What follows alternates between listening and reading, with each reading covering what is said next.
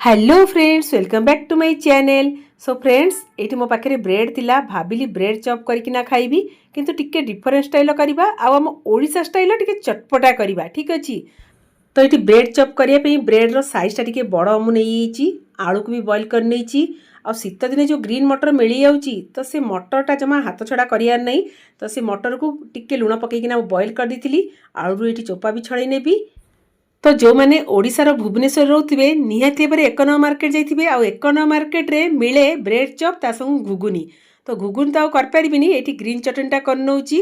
आ जो मैंने से ब्रेड चॉप घुगुनी खाई ता प्राइसटा भी कहे प्लेट्र प्राइसटा केते मु तो जानी आते कम पैसा आपण मैंने बिलीव भी करें। ये मु धनिया पत्र, पुदीना पत्र, अदा, कंचा लंका, टिके ब्लैक सल्ट आ मिक्सचर टिके ऐड कर देछि। ठीक अच्छे। जिते ग्रीन चटनी करथिबे टिके मिक्सचरटा ऐड करदेबे, लेंबू रस टिके ऐड करदेली, अल्प टिके पानी देकी ना गोटे जबरदस्त ग्रीन चटनी करनबा। तो मु सजेस्ट करी आपण मैंने घुगुनी सहित ब्रेड चॉपटा खातु, तापर मत के मन पकेबे आ जो मैंने खाइथिबे ब्रेड चॉप घुगुनी प्लेट्र पैसाटा केते कहिबे। ठीक अच्छे। बहुत ही कम पैसा एतिक मु कहीदेली। तो ये कौन करें ना, जो आलू कषा गोटे मसलाटे आमर रेडी करनबा। ये अदा कंचा लंका को बहुत बढ़िया से छेची नेली, से गोटे चामच धनिया, गोटे चामच गोटा धनिया ताकू टिके दरदर छेचा करदबा। ये जो धनिया पान मधुर जो फ्लेवर ना जबरदस्त आसीबो। तो ये आलू कषा करनबा, कड़ाई रे सोरिष तेल ऐड करदेली, तेलटा बहुत बढ़िया से गरम होला परे जीरा ऐड करदबा आ कला जीरा ऐड करबा। ठीक अच्छे। आ सेतिरे चुटकी भर हल्दी पाउडर ऐड करदेली, दीटा पियाज काटी रखी ताकू भी ऐड करदबा। पियाजटा टिके हल्का आसिया भाजीदबा। ठीक अच्छे। तो पूरा रेसिपीटा देखंतु, लास्ट को मु कहिबी भुवनेश्वर एक नंबर मार्केट रे जो ब्रेड चॉप घुगुनी प्लेट्र पैसाटा केते थिला। ठीक अच्छे। तो आ भितर हम पियाजटा भी बहुत बढ़िया से भाजी गलानी। ए टाइम बेले आमे अदा, कंचा लंका, पान मधुरी, धनियार जो दर छेचा बटाटा करथिले सेथिरु एठी आमे ऐड करदबा। फ्रेंड्स, जेतेबेले आपण माने समोसा माने सिंघड़ा आलूचप करथिबे सेथिरे जो धनिया पान मधुर छेचाटा देबे। ठीक अच्छे। बास्नाटा पूरा जबरदस्त आसीबो। सेथिरे आमे ऐड करदबा काश्मीरी चिली पाउडर, पाव भाजी मसला, चाट मसला आउ टिके आमचूर पाउडर। तो ये जो चटपटा ग्रीन चटनी करते से 4 चामच ऐड करदेली, फ्लेवरटा बहुत ही बढ़िया आसीबो। ये मसला पाउडरटा पोड़ीजिवो, से अल्प टिके नाकु पानी देदबा। बास ये सब जिनस को बहुत बढ़िया से टिके कषि नबा। तापर आमे ऐड करदबा जोटा मेन जिनस स्वाद अनुसार लुण, बेसी लुण ऐड करें, लास्ट को आमको ब्लैक सल्ट भी ऐड करार अच्छी। ठीक अच्छे। तो सही अनुसार लुणटा ऐड करेंगे। जो बॉईल कर रखी ग्रीन मटर को ताकू ऐड करदबा, कहीं मु ग्रीन मटर को बॉईल कला अल्प टिके लुण देकिना बॉईल कर देती। आ जो आलू को बॉईल कर रखी ताकू ये ऐड करदबा। तो ये आलूटा को हाथ में ये चकटिकिना ये ऐड कर दूची।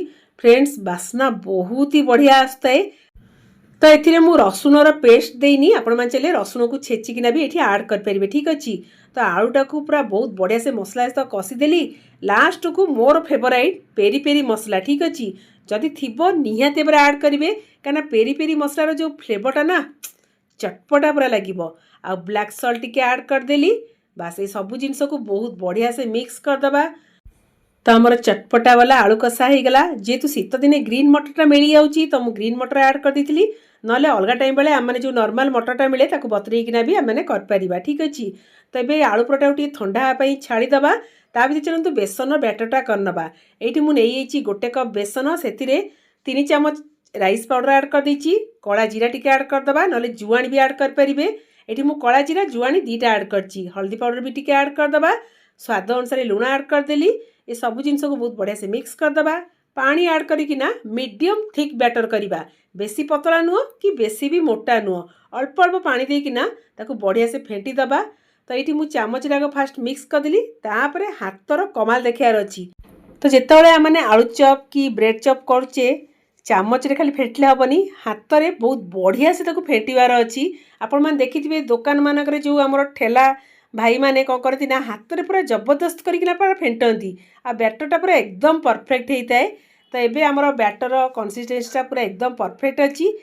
तो यही टाइम बेले बेकिंग पाउडर 2 पिंच मु ऐड करछि, जदि बेकिंग सोडा ऐड करथिबे ताले गोटे पिंच ऐड करिवे। ठीक अच्छे। तो ये सब जिनस को बहुत बढ़िया से पूरा मिक्स करदबा। बैटर पूरा एकदम परफेक्ट। एबे चलंतु आमर ब्रेड चॉप करनबा। तो ये ब्रेड चॉप को आपण मैंने जेकोसी सेफ रे भी करेंगे, ट्रायंगल भी करेंगे, ना राउंड टाइप भी करेंगे। तो मुझे राउंड टाइप करी जमी लुकटा बहुत भल देखा। आम ओडिशा जोटा मिले से एक्चुअली ट्रायंगल ही मिले, बहुत ही बढ़िया लगता है। तो ये आउ जी ब्रेड आमर बड़ीगला ताकू कौन करिया ना ब्रेड क्रम्स करके भी रखिपर ठीक अच्छे। तो ब्रेड रे आम जेकोसी गोटे जिनस करूँ एक्चुअली बहुत बढ़िया लगता है ब्रेड रो स्वीट जिनस होगा कि नमकीन जिनस होगा आ बहुत इजी भी होता है करने आ खायापी भी बहुत बढ़िया लगी था। तो ये आम राउंड सेप्रे सबतक ब्रेड गुड़ा कटा हो गला। एवं चलते फ्रेंड्स ये ब्रेड उपर आम कौन करिया ना ग्रीन चटनी लगेदेवा ठीक अच्छे।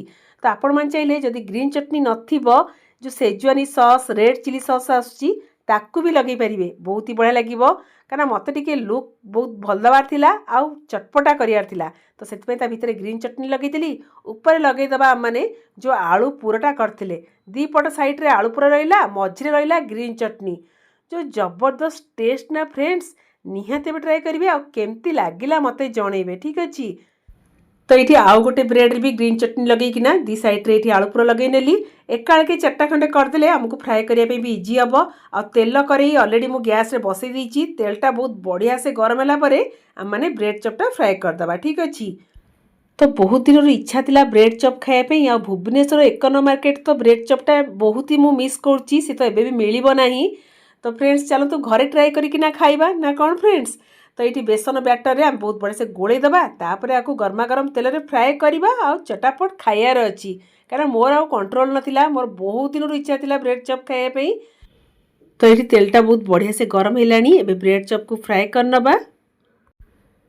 तो ये तो ब्रेड चप करकिना खाईदेवी मनटा को बुझेदेवी कि भुवनेश्वर 1 नंबर मार्केट जो ब्रेड चप से केबे भी भूली हेबनी कहीं से जो गर्मा गर्म ब्रेड चप को आ संग गर्मा गर्म घुगुनी ओफ जबरदस्त लगे टेस्ट माने तार टेस्ट तो एक्चुअली आम मैंने घरे आनीपारानी किंतु मन बुझे आ कौन करिया घरे ही करकिना खाइबा आ से कह गले भी से दुकान भी एबे भी नाही भुवनेश्वर रे आगुरी से जड़े पंडा मौसा थे से करुले एत टेस्टी पिलादिने बो सहित जो मार्केट जाए से ब्रेड चप घुगुनटा खाइबा निहाती सार न खाइले घर को जमा आसबार नहीं काना कांदिकिना पूरा गड़ी जाए गोटे प्लेट पूरा खिया हम तापर घर को पूरा खुशी आसबार अच्छी। को मैंने से पंडा मौसा दुकान में ब्रेड चप घुगुनी खाई मत निहाती जनइबे ठीक अच्छे। तो आ भर फ्रेंड्स आमर ब्रेड चप भी बहुत बढ़िया से पूरा फ्राए हो गलानी एबे गोटे जगह को काढ़ी नेली। तो बहुत बढ़िया पूरा ऊपर क्रिस्पी होती भितर पूरा सॉफ्ट भी थो पूरा गरम गरम अच्छी। तो चलतु फ्रेंड्स आउ कि आलू पूरा बड़ी होता तो भाविली से बेसन बैटर रे कि आलू चप भी फ्राए करदेवी। तो जिते मोर आलू पूरा बड़ी थाए मुझे प्राय टाइम चेष्टा करे आलू चप करने कहीं मो हजबैंड को बहुत ही भल लगी थाए। तो ये आलू चप भी किछटा फ्राए करनेली तापर समस्ते मिसिकिना शीत दिनिया पूरा छणा छणीटा खाइबा ना कौन फ्रेंड्स। तो ये आलू चप को एपट सेपट करकिना बहुत बढ़िया से फ्राए करनेली आम आलू चप भी हो गला। फ्रेंड्स ब्रेड चप आलू चप पूरा रेडी आसतु आ लेट कहीं समस्ते मिसिकिना एंजॉय करिबा। तो आज स्पेशल ब्रेड चप आलू चप लाइक करने जमा ही भूलें सांग मान को शेयर करेंगे और जो चैनल नुआ होते सब्सक्राइब करदे ठीक अच्छे। तो फ्रेंड्स आलू चप आउ जो ब्रेड चप बहुत गरम थिला किंतु खायापाई मोर आ कंट्रोल न थाए फास्ट भाविली आगे प्लेटा को सजेदेवी तापर एंजॉय करी। तो ये काटिला बेलू पूरा धुआं बाहर बहुत गरम थिला। तो ये ब्रेड चप को एक्चुअली कह गले आम 1 नंबर मार्केट घुगुनटा ही पूरा जबरदस्त लगे पतला पतला झोल हो गरम गरम को तापर कंचा पियाज काकुटे पड़ती बहुत ही बढ़िया लगे से जिनस तो मत मिलबनी। तो भाविली हाथ पाहाती जहाँ सब जोगाड़ जिनस थी से गुड़ा ही आमको करकिना खाया पड़ो। तो से गर्मा गरम आलू चप भी पाखे भांगिकिना रखीदेली ग्रीन चटनी तो से करी कारण चटपटा लगे दरकार ग्रीन चटनी और टमाटो केचप जोटा कि समस्त घर थी मीठा चटनी थी मीठा चटनी ऐड करें। तो एते टेस्टी लगुला जदि घुगुनी करथिबे तले तास तो लगेकिना खाई पारिबे नले मो भले एमती जोगाड़ करकिना भी एई टाइप रे भी खाई पारिबे। आ लास्ट टिके पियाज काटिकिना ऐड करकिना खाईथिली बहुत ही बढ़िया लगुला। ये रहिला हमर फाइनल माने ठेला स्टाइल लुक कंचा पियाज टिके काटिकिना ऐड करदेली ओह जबरदस्त हितला खाइबा मु तो बहुत बढ़िया से एंजॉय कली। आपण मान नियते ट्राए करिवे सेति पंत tata bye bye love you all bye bye.